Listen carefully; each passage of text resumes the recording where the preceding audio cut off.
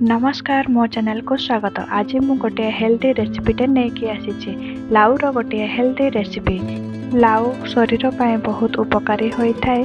यही लाउ खीरी जलखिया आकार में बनई पारे। चलतु प्रोसेस टी स्टार्ट करवा। मुझे गोटे लाउ नहीं ताको भल भाव धोईकी काटी नौ तार चोपा सब बाहर कर नवा। लाउर मंजी गुड़ाक काढ़ी नवा।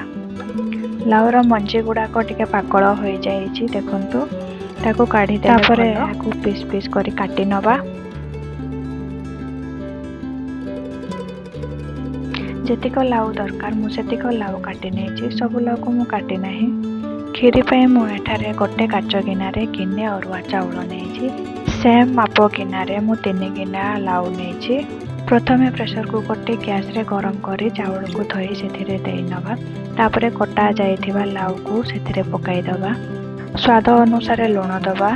मुझे गोटे गिना चाउल 2 गिना पानी यूज करी। लाउ सिझापी अध गिना आउ एक्स्ट्रा पानी दौची। टणीटी ढांकी हाई फ्लेम रे गोटे हुइसिल मारी सारा पर लो फ्लेम रे आउ गोटे हुइसिल मारिदेवा। मुझे किसी कटा पियाज सुखिला लंका गोटा जीरा किसी चीनी और किसी भुसंग पत्र नहीं। प्रथमे कड़ाई गरम कर 3-4 चामच तेल दे नवा। तापर चिना बादाम गुड़िक से भाजी नवा।